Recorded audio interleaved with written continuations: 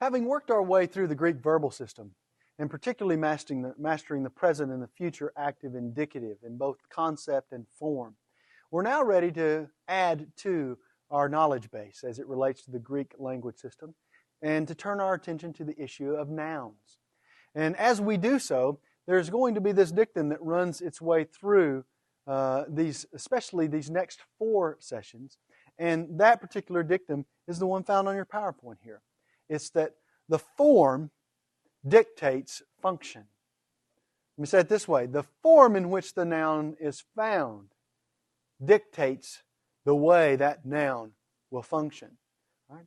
That's all I'm going to say now, but we'll come back, and at the end of the lecture, I think you'll begin to understand what I mean by the use of that dictum.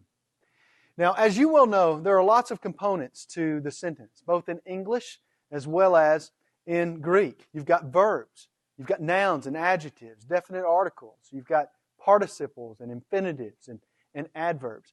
All of these are components to an English as well as a Greek sentence that make up the sentence itself. And they go a long way in helping to paint a portrait, if you will, of what the Greek writer or the English speaker desires to say, or the picture that that person decides to shape for us. Today, we need to look at how these kinds of things function. And we're going to do so first in English, and then we're going to relate that to the way these components, and particularly nouns, function in the Greek language system. All right. In English, we really know how words are functioning here due to the word order in which those components are found in a sentence. Notice the example that I've given you here. The Son of God is showing wonderful grace to the crowd. Now, when we look at that sentence, we're able to see certain things, particularly due to the order in which that sentence unfolds. Notice, there's our sentence. The subject is the Son of God. It comes first, right? The verb is showing. It comes second. The direct object is wonderful mercy. And the indirect object is to the crowd. Right? That's pretty simple for us in English, and that's actually the way that we look at sentences. Most of the time, we understand components of sentences based on the word order. And so we come to expect where the subject will come. We come to expect where the verb will come in relation to the subject. We come to expect where the direct object will come in relation to the subject and the verb. And then we also know that the indirect object can also come after the verb, either before the direct object or after the direct object. See, word order in English plays a really important role in keeping the different components of the sentence together in our mind. Now, as we talk about this, let's talk about what each of these things are. The subject, as you will remember from your early grammar days, is a word or a group of words of which something is said or asserted. Notice the example. Jesus is Lord. What is the subject of that sentence? Jesus is Lord. It's going to be Jesus. Jesus and the disciples preached the gospel. What's the subject here? Here it's a compound subject, isn't it? Jesus and the disciples. But we know by word order that they function as the subject of the sentence. All right? That is what we talk about in terms of a subject. There are also modifiers in English. These are words or a group of words that add to the meaning of other words in the sentence. Notice here in the highlighted form. The servant gave life for the master. Notice how in Greek we can develop modifiers to give us a bigger picture or a more explicit picture of what we're talking about. Not just the servant, but the good servant. Good there is an adjective and it's modifying servant. The good servant gave her life. Her there is a personal pronoun and it's modifying life. They help to spell out further and more completely what we're attempting to say and how we're referencing certain things and people in the context of the sentence. These are called modifiers. Also in English, as we just saw, is the indirect object. The indirect object is the person or thing indirectly affected by the action of the verb.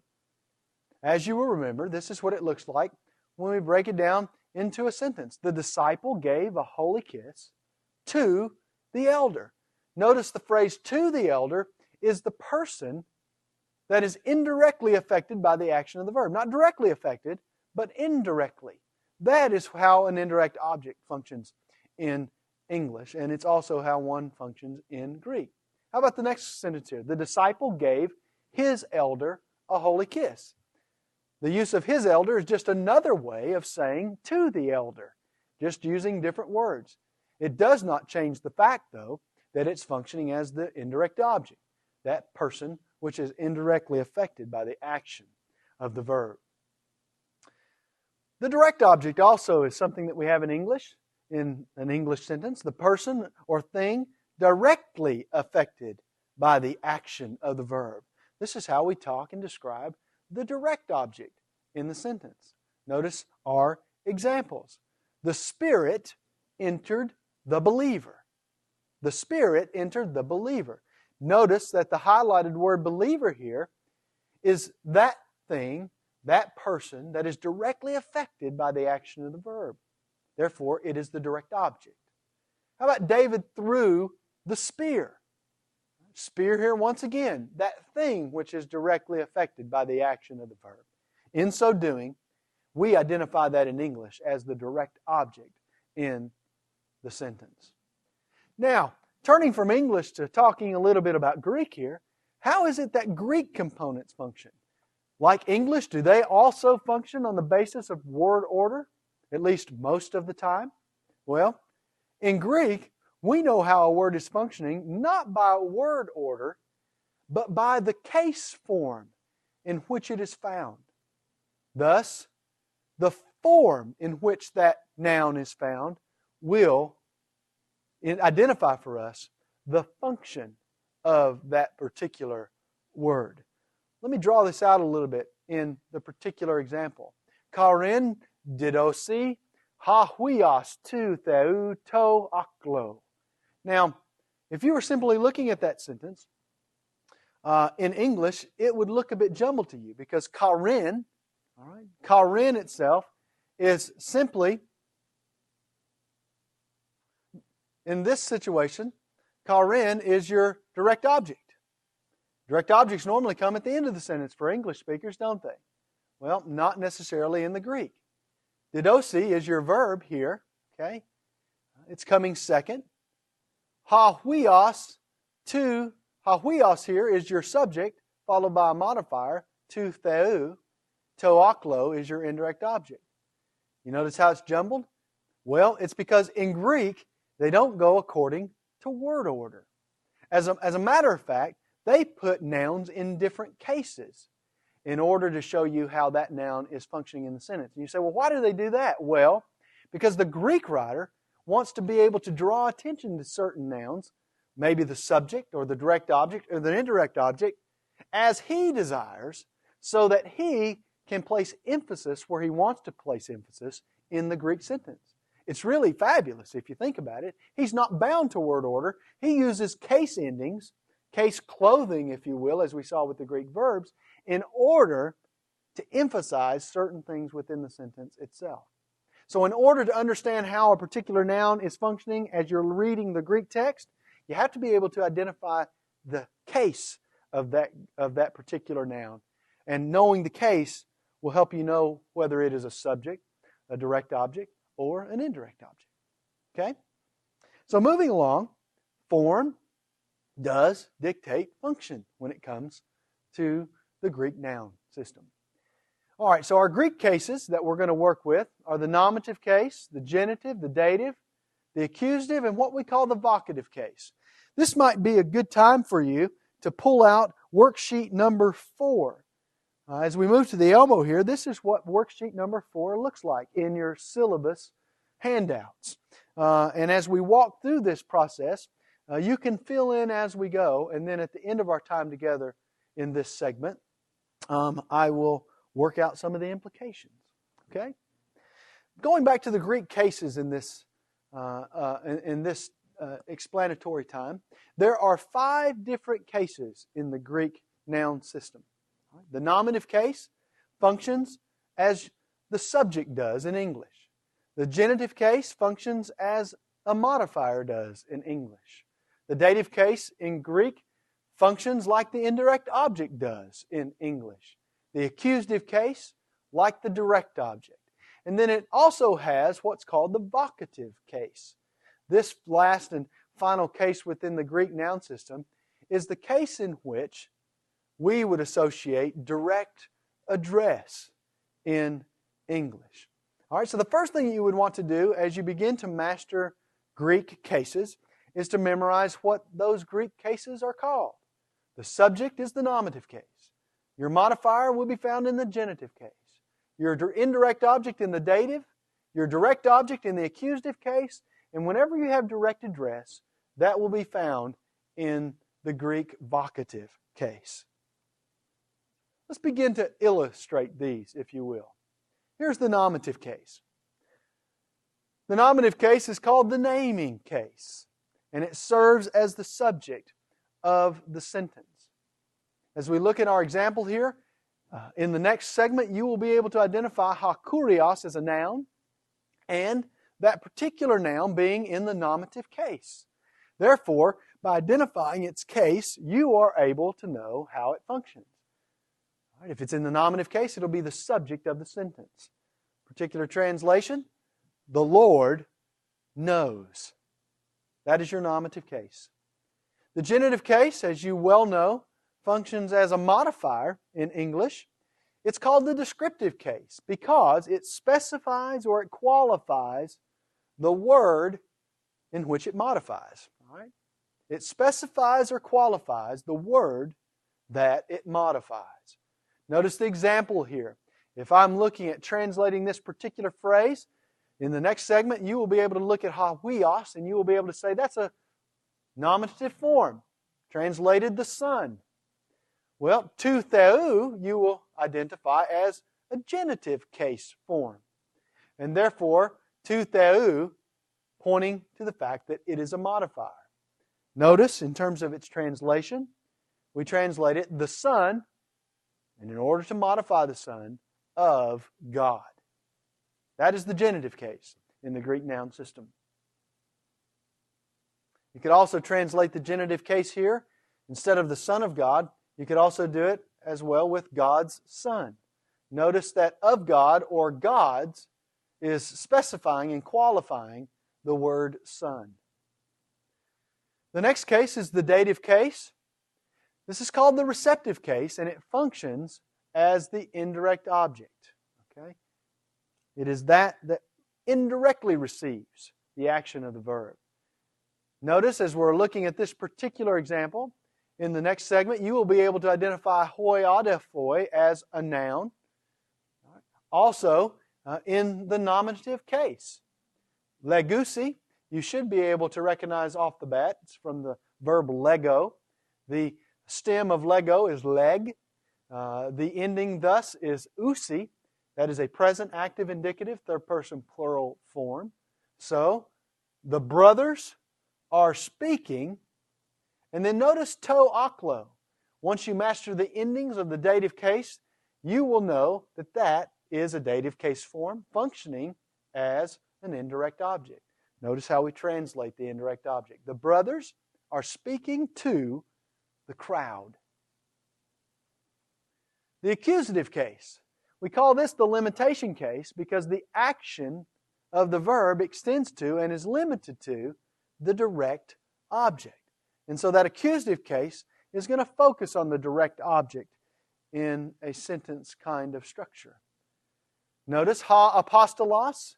In the next segment, you'll be able to identify that as a noun that is in the nominative case. It means the apostle. Didaske, what's that come from? It comes from the verb didasko. You've learned this before. The stem of didasko is didask, which means it has an epsilon iota ending on it. As you work back through your endings thus far, you will identify that as the present active indicative third person singular form. Therefore, the noun ha apostolos, the apostle, teaches And then notice what you have in that case. Ton, huion. Once you master the endings for the accusative case, you will find that ton huion points you to the fact that it is an accusative case, thus a direct object. So, the full translation, the apostle is teaching the Son. All right? Now, the vocative case is the last one that we find in the Greek noun system. It's called the address case, and it's used in direct address. Notice the example here. Adelphe blepo oikon. Adelphe here, once you master the endings in the next segment, you'll know is a noun. And it's a noun that's being placed here in the vocative case. Blepo, you should recognize that by now. It's a verb from the verb blepo, that is its lexical form. If you knock off the omega, getting back to the stem, you find blep being the stem. That is a present active indicative first person singular form. Therefore, I am seeing in this case. I am seeing. Oikon is just a word for house, there being in the accusative case. Notice the translation of adelphe in the vocative. Brother, I see a house. Notice the translation of brother sets up the issue of direct address.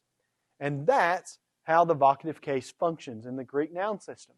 Whenever you see a noun in the vocative case, it sets up direct address. Again, brother, I'm addressing you. I see a house. All right, in terms of the New Testament, you'll find out that it's important to be able to recognize Greek cases. But there are some cases that occur more than others, as you might expect. The nominative, of course, is the case that occurs the most often, some 25,000 times of frequency in the New Testament.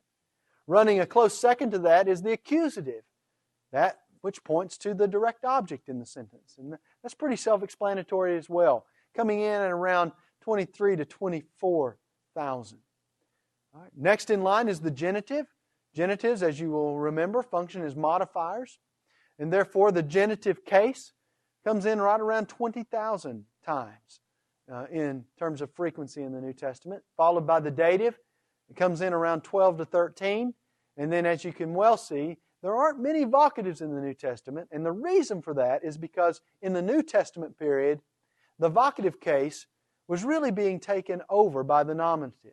So, well, what do you mean by that, Chris? I mean that by the time of New Testament Greek, the nominative case was being used in many contexts, where the vocative case was used in previous contexts within the Greek language system. But you still will see vocative forms, and when you do, you'll want to translate them appropriately. Now, in addition to recognizing the case of Greek nouns, it's important also to recognize that in Greek, nouns also have gender and number. Notice the examples that I've given you here. Theos. If I were to identify that in terms of its case, gender, and number, it would be nominative, it would be masculine, and it would be singular. Now, I'm not expecting you to be able to recognize that. We'll deal with that in the next segment. But just for explanatory purposes, notice that when you're looking at a Greek noun form, you should be able to identify its case, gender, and its number. How about the word hadon? It's going to be accusative, feminine, and singular. Once again, it's case, gender, and number. Paidion, genitive, neuter, and plural. Simply to make the point that when you're identifying a particular Greek noun, you identify it by way of the case, gender, and the number. This is what we call, well, let me go back. Remember, for the Greek verb, we would be, in order to know how to understand that verb and to translate it, you had to parse it. Tense, voice, mood, person, and number. With the Greek noun, you have to decline it. Decline it. Declining a Greek noun is identifying its case, gender, and its number. In terms of gender, the Greek noun breaks down according to masculine, feminine, and neuter kinds of forms. Okay? And so as you're working with that, don't make a really big deal about that. It's not so much that if a noun is in the feminine or if a noun is in the masculine or in the neuter, that it points to masculine, feminine, or neuter ideas. That's not really how the Greek gender system works. All right? So keep that in mind. Really, nouns break down according to genders based upon their forms. Okay? And so we'll come back to look at that in the next segment. Also, nouns have number. A noun can either be singular, God, or it can be plural, gods. And so when you're working with a noun and trying to decline it, identifying its case, gender, and number is important in helping you to know how to translate it and how to know how that particular one is functioning in the sentence. Okay? Also, in Greek, a noun is identified, this is its lexical form, by listing the nominative singular form of the noun, followed by the appropriate definite article in the nominative singular. You'll be able to notice this when you begin to memorize the nouns that are given to you in chapter 4 of your black text. All right, you'll have the noun, and the noun in which it is given will be its nominative singular form. Okay? It won't give you its case because it's not functioning in a sentence. All right, but it will give you its nominative singular form, and it will also precede its definite article. Okay? Normally, the definite article we translate as the, right? All right? And the definite article in that case will also be in the nominative singular form. Note your vocab list to catch up on what I'm talking about. And so basically what we're saying here is, in order to understand how a Greek noun is functioning in a sentence, you've got to understand and be able to identify its form. Thus, back to the dictum in which we began this segment, form with Greek nouns truly does dictate the function of that noun in a particular sentence. I just want to look at the Elmo just for a moment at the handout that you've been working on and filling out as we've been walking through this. You ought to be able to go through and identify the 5 different Greek cases, the 3 different Greek genders, the 2 different Greek numbers. We've already talked about how to identify the lexical form with nouns. Now, when you actually go to identify nouns and to decline them, then you simply would do something like this. Once you learn the vocabulary in your chapter, you will learn that the word angelos, our first one here on the list, is the word for angel. All right? And once you learn the endings, you'll be able to identify its case, gender, and number. Let me just give you an example. Angelos comes from the noun angelos. Its stem, angel, which means that os is going to be an ending. In this case, it orients you to the fact that this is a nominative form. Okay? Angelos is going to be masculine in gender, and it's going to be singular in number. Angel. Okay? As you go down, this is angelos once again, but here, a different form. Let me make it a little bit larger for you there. A different form, angelou, its stem. The u piece of clothing is going to orient you to the fact that this is a genitive, masculine, singular form from angelos. If it's in the genitive case, it's going to be a modifier. Therefore, of an angel. Okay? And as you work down through the rest of these, you'll find that these are just simply different forms of angelos. This is its dative, masculine, singular form. This is its accusative, masculine, singular form. Angelois is going to be its dative, masculine, plural form. Angelus, its accusative, masculine, masculine, plural form. Okay? This is what it means to decline a Greek noun, to identify its case, gender, and number. And you must be able to do that once you learn the clothing that's placed on these to orient you to the different cases, genders, and numbers in order to know how it's functioning in the sentence. That will be what we focus on in the next module. We'll see you then.